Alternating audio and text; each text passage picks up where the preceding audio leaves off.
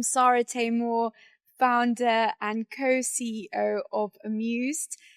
We have another fun episode of our podcast today, AMUSED CO, and I have the gorgeous and super talented Israa Allaf with us. She is the founder and creative director of Untitled Project, a brand that I remember seeing 8 years ago and just in Jeddah. And now you're available globally. Is that correct? Dubai and Abu Dhabi right now. And I just remember how cute and thoughtful the designs were. There was a lot of like embroidery, and everyone was mentioning that, you know, you were that sustainable brand here.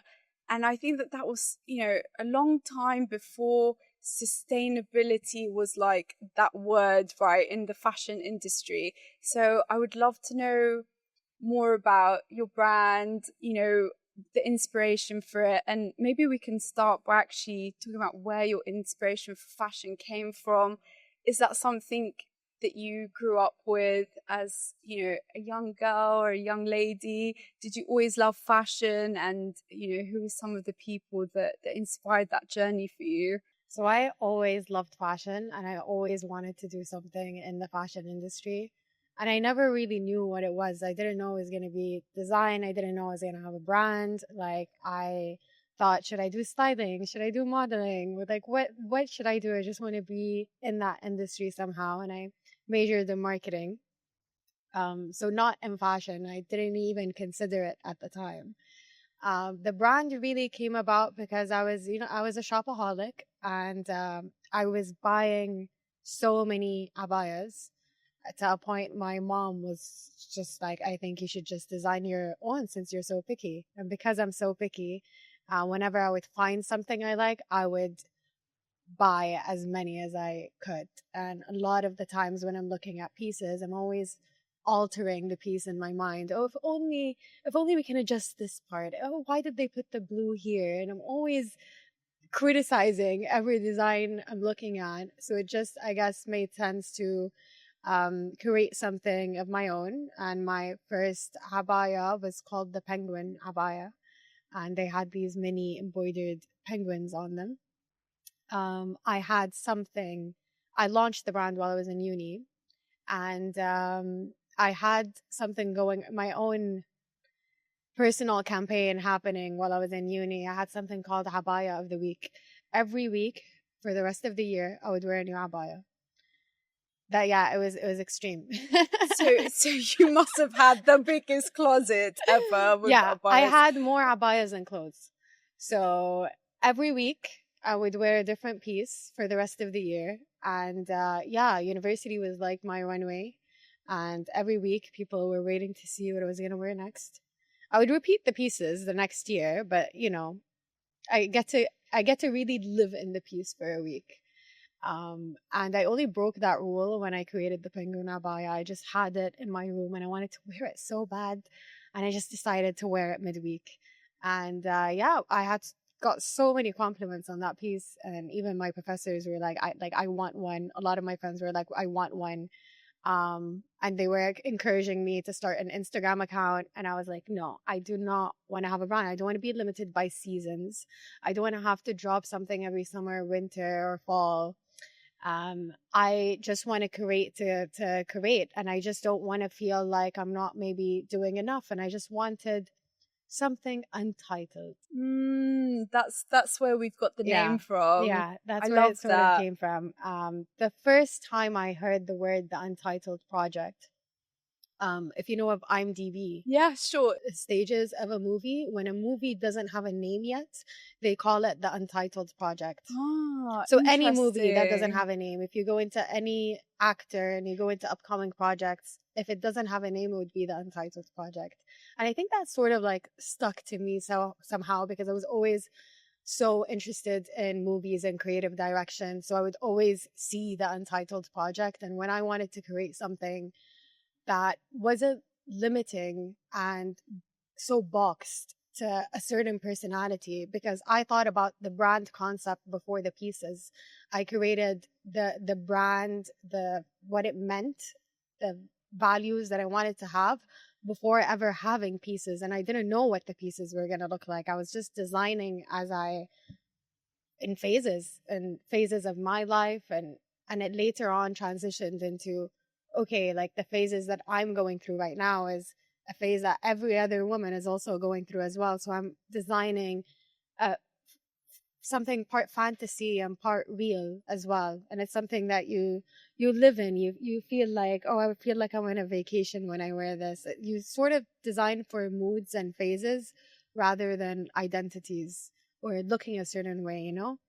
If you wear Chanel, it means luxurious. If you wear Hala, it means this. If you wear this, it means that. But I wanted the garments to speak for themselves, not the brand name, and I didn't want anyone to know I was the founder. I was hidden from the world for first 5 years. I would even have it in my bio. Didn't want anyone to know. And even when I had it in my bio, everyone thought I just worked there. Nobody knew it was mine. But I was later on encouraged to, hence I'm here. Yeah, no, I Encouraged think it's so important that you stepped out yeah. and you spoke about the values. And as a founder, I feel that people tell us not to get personal about the business and to try to separate those things, but it's really hard because that creation came from you and maybe something you were going through or something that inspired you, Yeah, right? So I think definitely. you have a responsibility to like be out there and sharing that story, because you don't know who is also going to inspire or resonate with. And I would love to learn like more about that from yourself as well, and really talk about what was fashion to you growing up. Like, you've talked about how the Untitled Project started, but where did that love of fashion come from? Bratz. Yeah, Okay, I was interesting. obsessed with Bratz. I used to collect dolls, and I had a collection of Bratz magazines when they used to exist, and it was a really cool magazine. It's a really cool magazine where you get to see a lot of funky fashion, animated somehow. It's really hard to describe Bratz because it's not just one mood. They're really out there, and you can see a lot of confidence, I with was Bratz. just thinking that word confidence was coming to me when you were talking. Yeah. If there's one feeling I want like a woman to feel in the clothing, it's confident. It's just like you wear confidence. 100%. And I think even at Amused, it's similar, right? Like, when you wear nice things, you just feel better, better made items, an item that has a message. It empowers you, makes you feel confident, right? And I think that that's so important. I love this story, by the way. And the founders of Bratz, they think the daughter is also the founder of Cult Gaia, which is, she has the Yeah, handbags and like yeah. fashion. Very Also cool. sustainable, actually, which is Yeah, actually, yes. That's maybe something in there. I'm not sure how sustainable the Bratz dolls are, but yeah. yeah. Uh, no, it's like really interesting. Why did you feel confidence was so important as something you wanted to feel or express or share with others to make them feel as well? I think you just feel like the best version of yourself when you feel confident. I feel that you must have been around confident women to see what that looked like and then be able to interpret that for yourself. I think it was quite the opposite, actually. I think that I couldn't really find that confidence around me, and it's something I wanted to sort of like install into others. And one way I was able to feel confident was through like fashion and through clothes, and I just wanted to create statement pieces. So you don't have to think about what you're gonna wear under. I'm just like wearing black on black, just brown dress, something very simplistic, and it does it for you. Yeah. It does it for you. You know every time you're gonna wear it. You always look so good. You look the best. Everyone stops you, asks you what you're wearing. Like it's that feeling. And to hear from so many of our customers, like a lot of people would stop them and it's ask them where they got their pieces, and word of mouth would basically be our like marketing strategy. Yeah. You know? It's such an important marketing strategy as well, word of mouth. It's like straight away trust is built, right?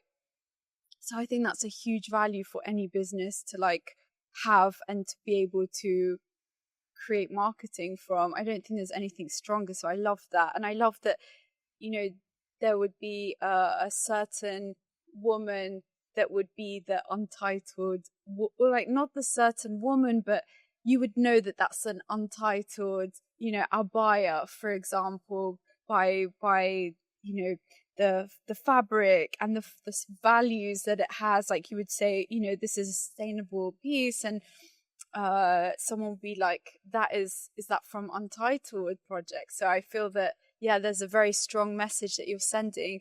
And it was more of a subconscious thing. It's something that I've never really noticed or tied to anything, but my aunts are fashion designers and my grandma taught them how to sew, and my great grandmother opened one of the first schools to teach women how to sew, and I didn't even know that like 5 years back. Like I didn't even know that.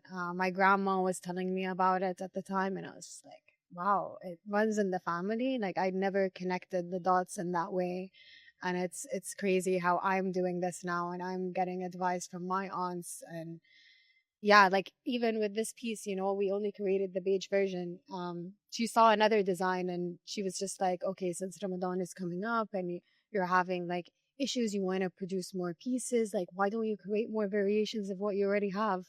And to me, I always thought about design, and you always like learn, you know, you can't be too against something. Like you need to have an open mind, especially with a creative process. Like yeah, you don't lose anything by just testing out the waters and seeing what a design might look like. I always think when I create a design, instead of having those elements or that theme or creative vision for the design, created for 5 6 different pieces and having it look like an entire collection, like if I were to narrow this down and choose one, what would that be? And that would be the only one I would release. Like why would I create 5 or 6 variations of a design when I know like one of those designs would have the best outcome and would look the best? So I sort of just make that decision. And it's interesting now how we're having different variants of the design and they're slightly different, you know, like if you wanted to own both, you could own both. That's the idea. It's not just a different color, but there are a few hidden elements, a few hidden design elements, and like with our new prints we have the logo hidden, so it's sort of like find the logo. And especially when you own the piece and you know you really tend to look at your piece, you can try to find the logo somehow at the bottom, at the top, or on the sleeve. Yeah, we hide it somehow, and it's, even though it's so obviously there, but it's so hidden within the elements that you think it's just one of the elements in the design. yeah, I'm still looking for it, but Oh, it's really fun how you have done that. I think, you know, it doesn't need the logo to speak the brand, you yeah. know. It's just that it's just a beautiful piece of clothing. So I think that the piece of clothing speaks for itself, and you know where it's from straight away. So yeah, it's gorgeous. So these are from the latest collection, right? Yeah, this is the latest. This is Seen Leaving the Corniche. That's the name of the Ah, piece. So all the okay. pieces have very unique names to them.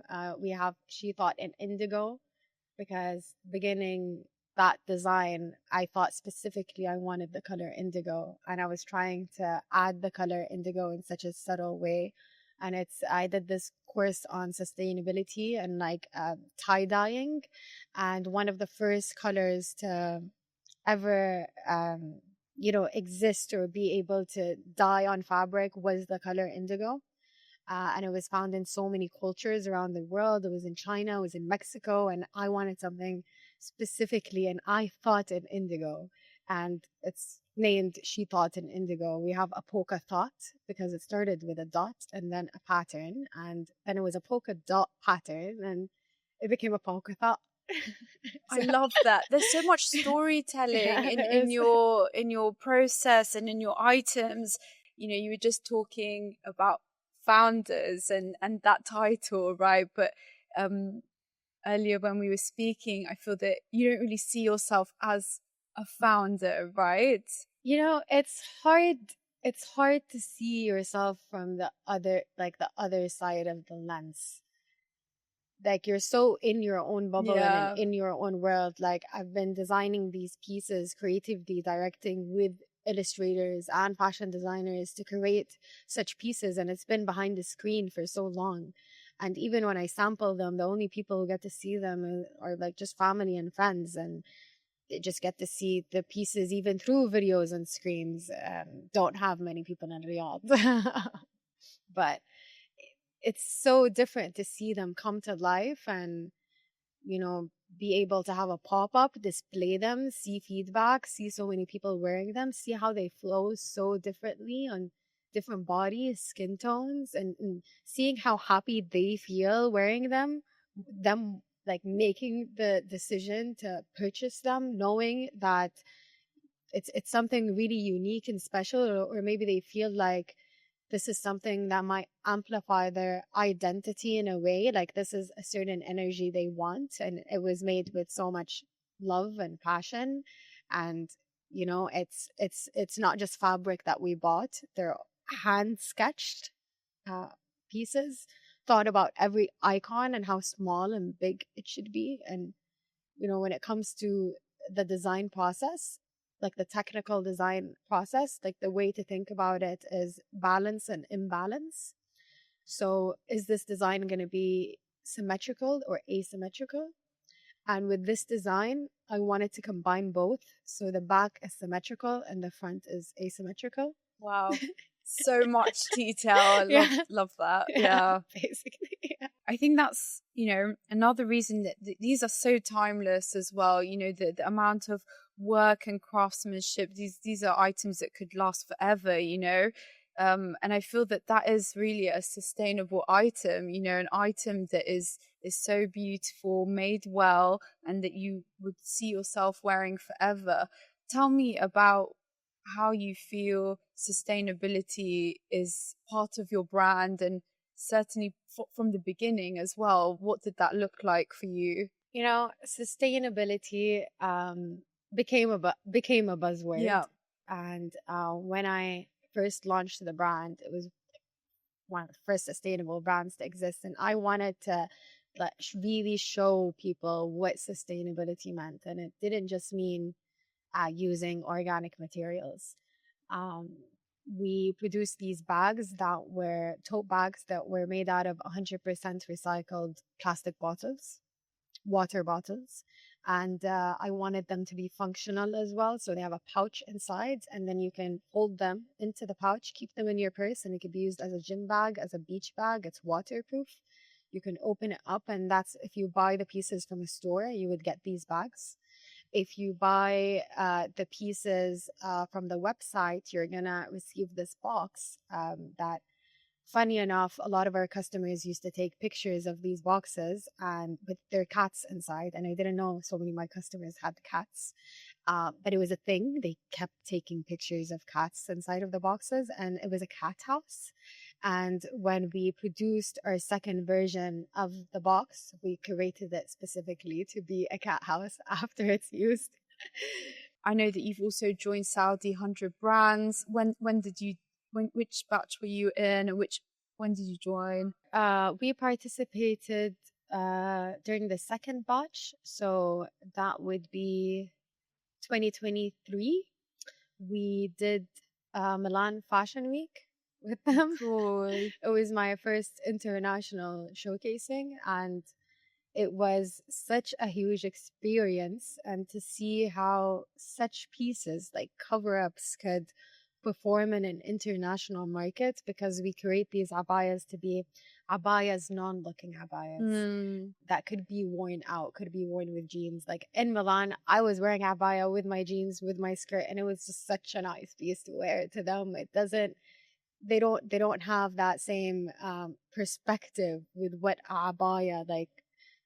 Maybe if I say abaya, they think like a complete just black piece. But to take this internationally and show that we're displaying it by beaches, by resorts, in boutiques by the sea, and rebranding the brand into resort wear, because that's where that's almost like what we were designing for originally. And because we wanted to expand into the clothing, it just made so much sense, because these are basically pieces you would wear going to the beach. And the scarf is printed, so if you take off your abaya, you can wear the scarf as an actual cover up on the dress, or whatever you're wearing. Sometimes, like when I'm out and I just like feel like I want something to cover, I just wear the printed scarf, and it looks so nice with just clothing. So it's something that could be worn as resort wear. I feel that people will hear the word abaya overseas and they'll just think, wow, what an exotic word. I wonder what that means, Mm. you know? And I see that the abaya industry here in Saudi is like $1 billion industry. It's really interesting to see how that could translate into other regions and other parts of the world. So I never thought about like necessarily resort wear, but I can totally see that when you're saying it, you know, how unique your items are. And that's what I feel about fashion here. It's very unique. There's not, because there isn't that high production that happens, you know, in other parts of the world. Like a lot of brands have very unique small collections, so you really do, you can have a very unique piece which is always more sustainable, and it's making brands more sustainable here just because of the low manufacturing and the you know, the one of one in some of the collections. And I think that's something that we really miss these days in fashion. Everything has become so, like, the volume and mass production of these items, and people just end up looking, you know, a lot of the times the same. And I think that's one of the beauties with also buying vintage and pre-loved. You can find really unique pieces, and instead of just buying something that everyone else has, or you can have that and you can find something completely unique. And I think that's probably the reflection of Saudi fashion and how unique it is. And that really does come from maybe our families and you know, our grandmothers making the clothes. I was just having a conversation with my colleague about this as well. And you know, that's a luxury that we don't have access to these days anymore. Even my mum was telling me, you know, her mum would be very good with sewing and creating dresses, and that would be a one of one piece, you know. It would be made with so much love and consideration and tailored exactly for your body, and that's just not happening anymore. I mean, how do you see the state of fashion and, you know, sustainability playing into that? And So it's really that there's not much individuality going on through style. It's very trend oriented, and when you follow a trend and the trend dies, then the design dies with it, right? And it's to create something timeless is also, you know, quite difficult because you're influenced by a lot. So I try to not look at specifically any abaya brands. Don't follow them, don't know them, don't see what they're doing. I think of a cover up as what I could imagine it. I feed my eyes with travel, with seeing when other cultures. We do a lot of fusion design, so a lot of Saudi x Mexico, Saudi x Japan. We take elements from Saudi and elements from Mexico and merge them into one and create this fusion where, if you look at it, you maybe don't exactly see it's Mexican and you don't see it's Saudi. It's just something so in between. And when you say Saudi, sometimes you really think, oh, these Najdi patterns. Like we don't want to show it like that. We show it with more playfulness, with where it's there, but it's not really there. But if I tell you where it's at, you're gonna start seeing it. It's something so subtle. We don't want it to look very heavy in heritage because that also exists. It's nice. We've done a design or two, but we're trying to create something that feels quite like you're on a vacation, that feels different, like that feels not from a specific place, but really feels like fantasy. Part fantasy and part something that you're already familiar with.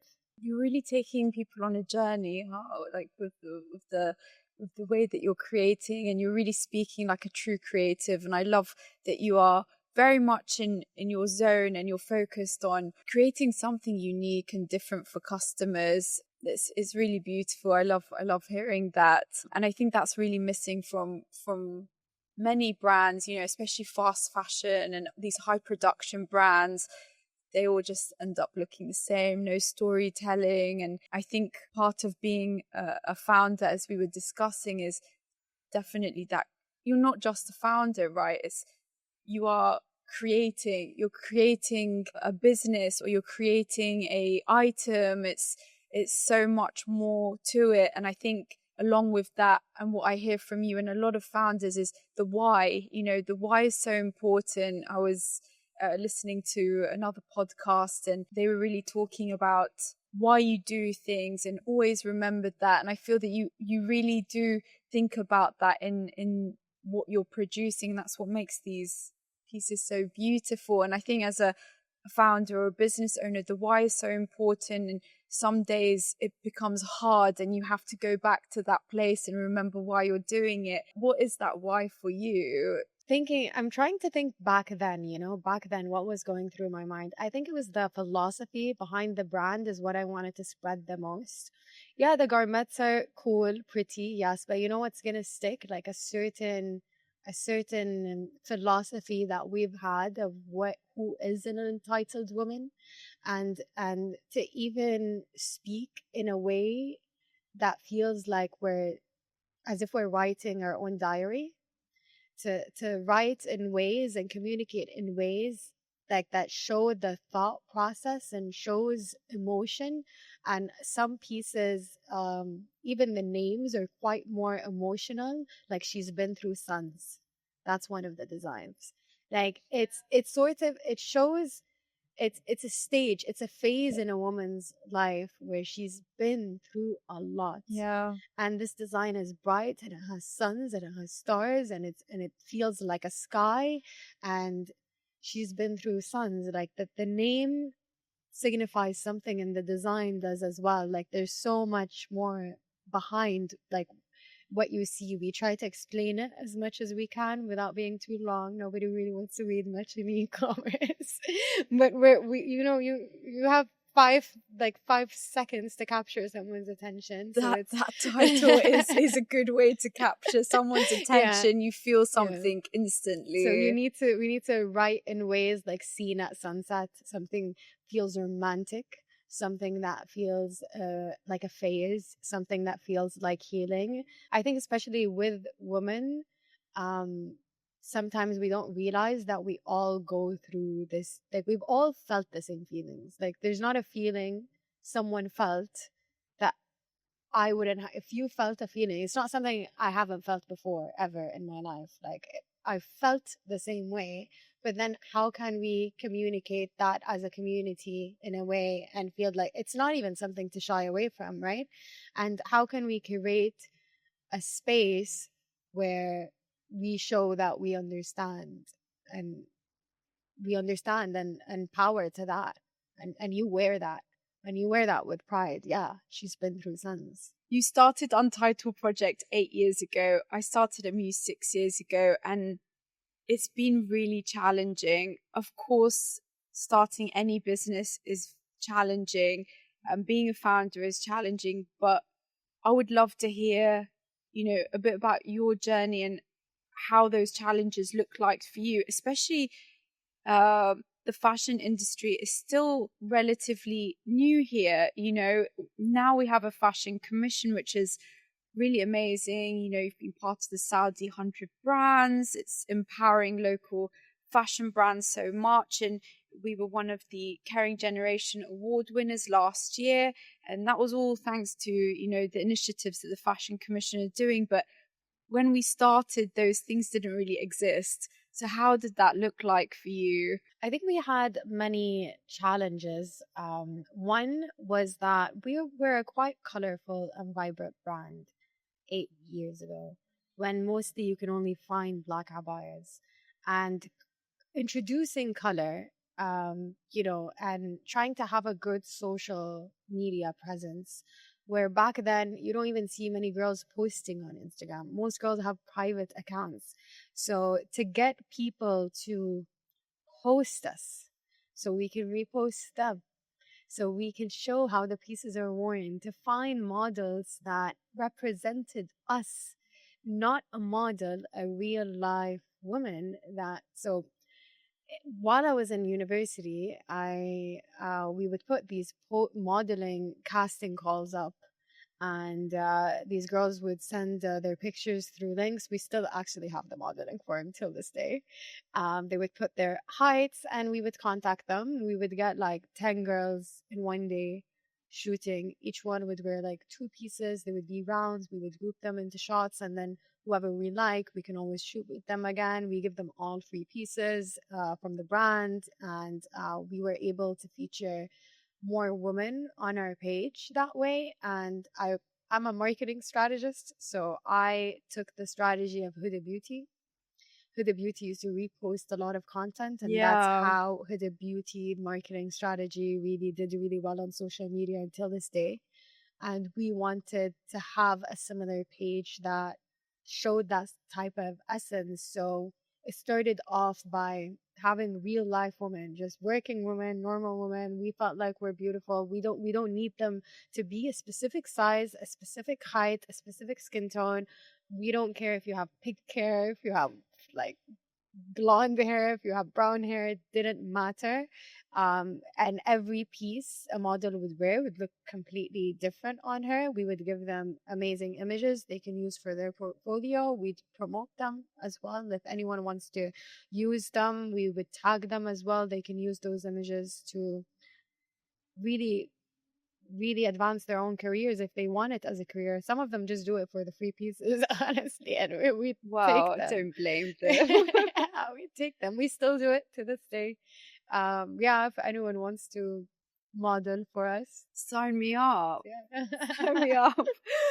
I love the strategy that you used your customers as ambassadors, and that's what we're doing a lot as well at Amuse. I don't think there's anything better than a customer, you know, wearing your item, talking about how great she feels, how much she enjoyed, you know, buying that item from you. Even for me as like a founder or the business owner, those things give me fuel, you know, seeing like our women feel beautiful, radiate that energy as well, confidence, you know, that we said is so important, right, for people to feel, women especially. So I love that you have that as part of your strategy, and it's just builds trust. You know, if I see another woman looking fabulous, I'm gonna be like, hey, what's her secret? What's she doing? If that's the abaya, I want some of that. You know, so I think that's really awesome. And I also saw that when I, you know, first started Amused, it was really difficult to even have women that they wanted their privacy over buying these items, or, you know, sharing that they were doing this and buying this way. And now, you know, we go and film them, and they send us their pictures, and you know, they're so happy to show off that they are buying these types of items. So I think definitely the culture has shifted, and social media has a huge impact on all of our daily lives. And I think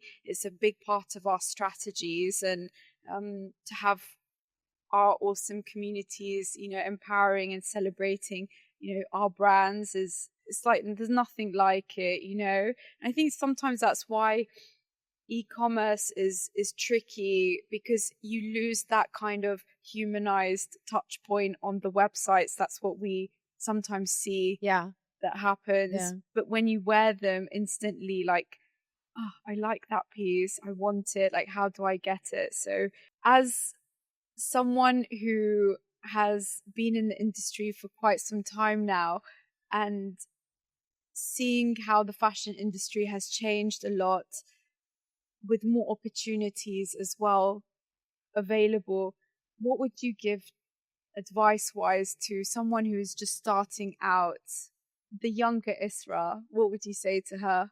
There's so many different angles you should be looking at. You know, you need to think, if you're going to be in e-commerce, are you going to be selling more physically? Are you only selling in Ramadan and Eid, or are you selling for the rest of the year?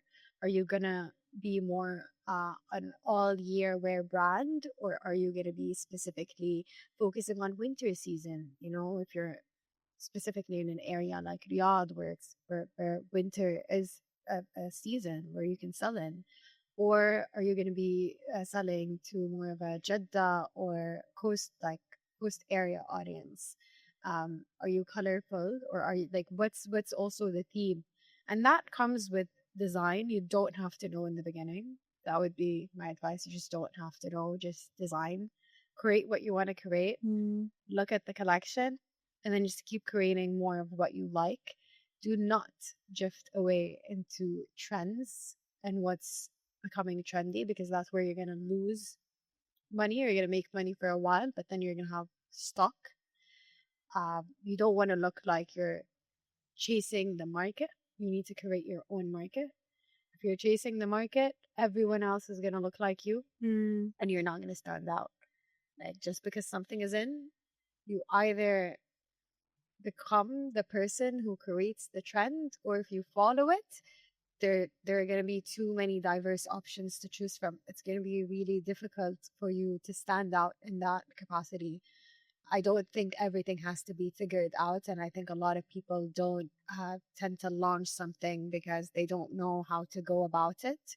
um like, when I first launched my website, I created my own website. I learned how to do it off of YouTube, like, just YouTube videos, a lot of tutorials. I had 2 weeks to launch the website before Ramadan.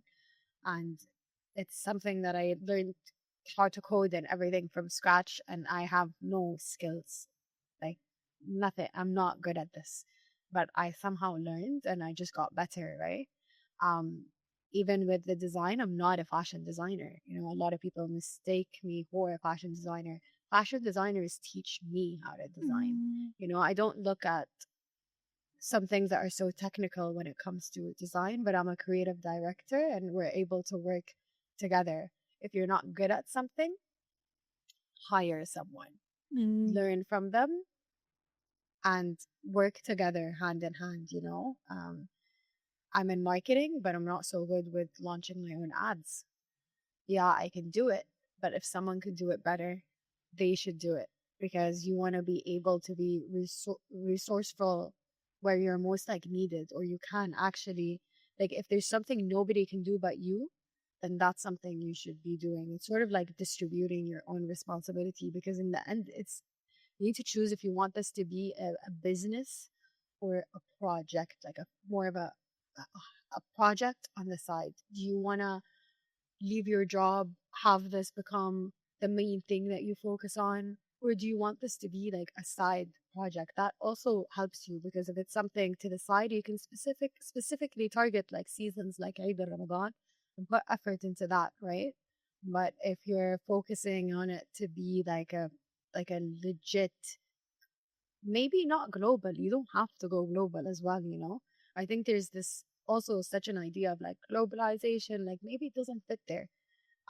And you know, Saudi is an amazing country where you can make so much more than what you can make globally. Saudi is one of the biggest countries in Yeah, the Middle like, East. I There's think a a lot of people huge think Europe. A lot of people think, no, well, we want to sell international, but focus on local first, you yeah, know, for your community. And then, you know, I think success is something that is very individual to each person.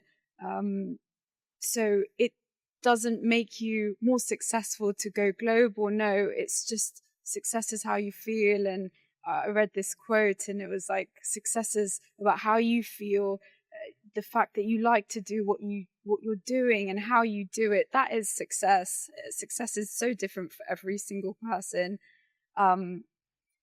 What I'm seeing about you, Israa, is you love to be a student and you love learning. You've got that mindset of just, I'm here to learn. I want to learn from doing this and trying that. And I think that that is so powerful. And to always think that way, is what is gonna, keeping yourself curious and wanting to understand things. That is, I think that's a very important part of what makes you a great founder and a great business person. Yeah.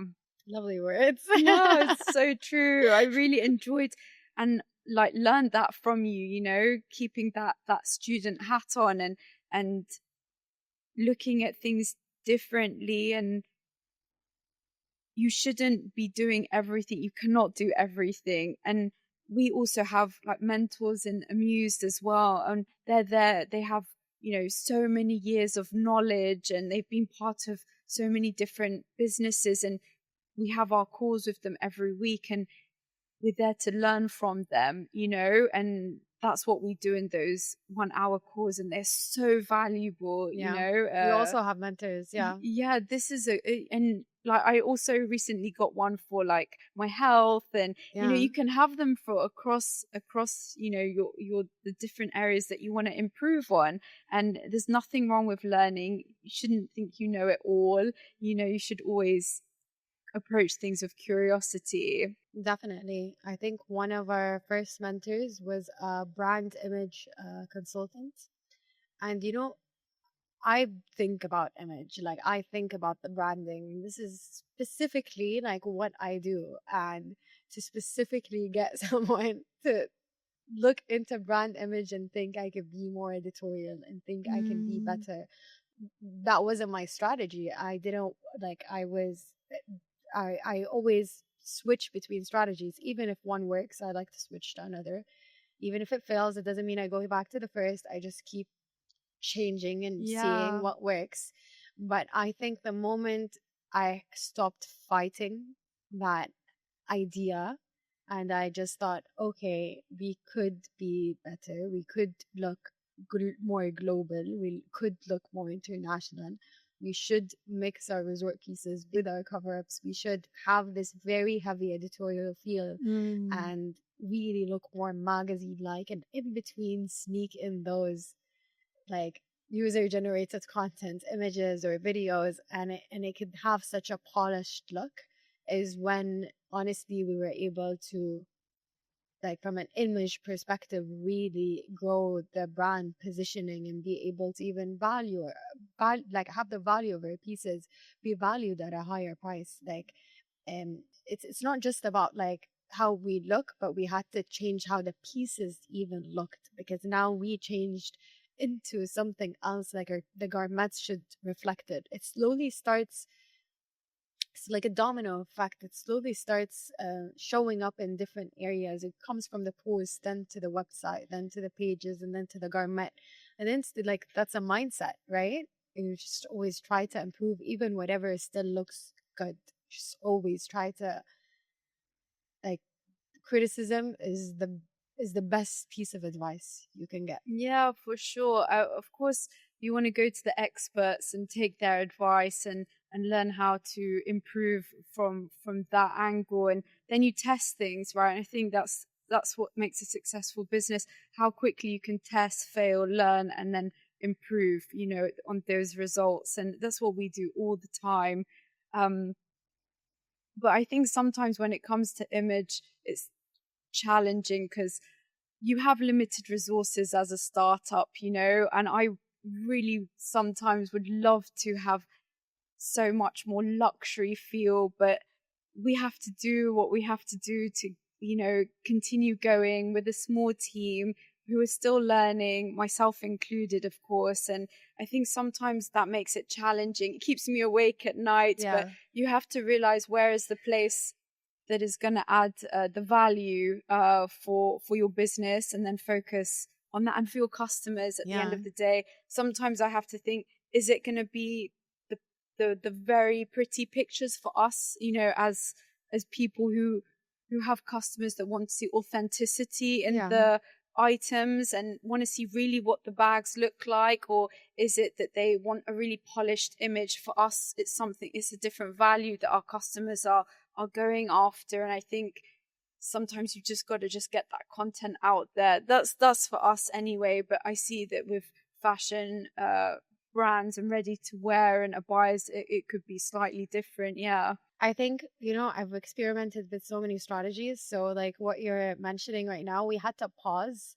And, you know, that's where the even guilt kicks in, of like pausing and not posting and waiting for more content, waiting for the next photo shoot and push it. And then the photo shoot gets pushed, and then it gets pushed again. And then you're basically, Instagram just ghosts you. The platforms just don't like you. And then you just have to build that relationship again. Even if you're posting, it doesn't mean necessarily you're going to have good insights. And it's just keep pushing until like one day, you know, a year would pass by and we're almost like just dead, even though we're posting, you know. I think it happens to all the brands. It's all the pages, like personal or business.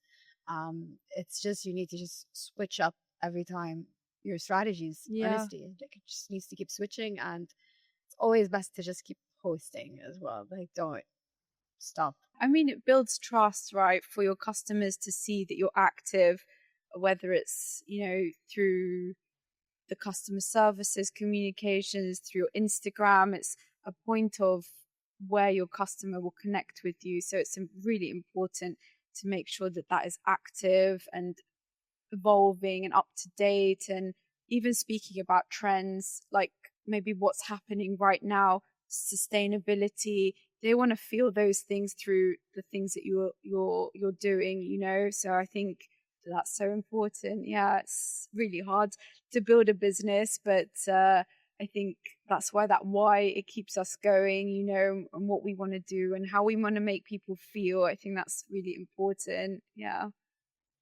Thank you so much for joining us today, Israa. It was really a wonderful conversation. I really learned a lot from you as well. And I can't wait to see, you know, Untitled Project continue to flourish. I want to see it all across the Middle East, inshallah. And thank you for having me. I enjoyed this conversation so much.